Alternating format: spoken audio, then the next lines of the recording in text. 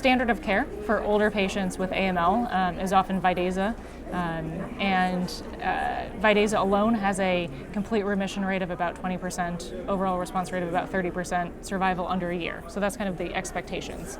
And so what we did is we took AZA as a backbone and we added the IDH2 inhibitor enasidenib, which is approved as a single agent in the relapsed population. And so we added enasidenib up front with Vidaza to see if we could improve upon outcomes in our newly diagnosed AML patients.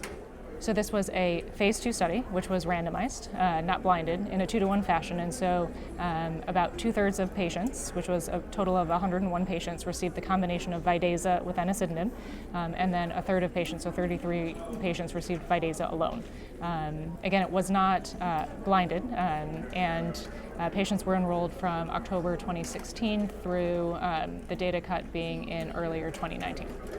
So the remission rate in patients receiving the combination was really quite compelling and statistically significantly better, from about 12% up to 53% complete remission rate. So that's pretty impressive, as well as an overall response rate, including other non-CR responses, went from 40% up to 70%. So really quite remarkable.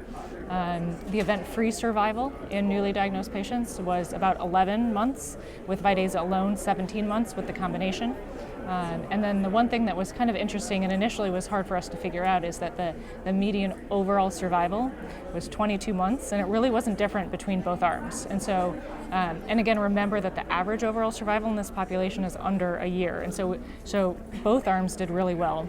And so we did a bit of digging, and what it turns out is likely at least part of the issue is that over 20%, maybe even more, of the patients that were on the AZA alone arm actually went on to receive enasidenib once they came off study as kind of a commercial supply, since it was FDA approved. So that was likely confounding the results, given that we now have more effective salvage therapies.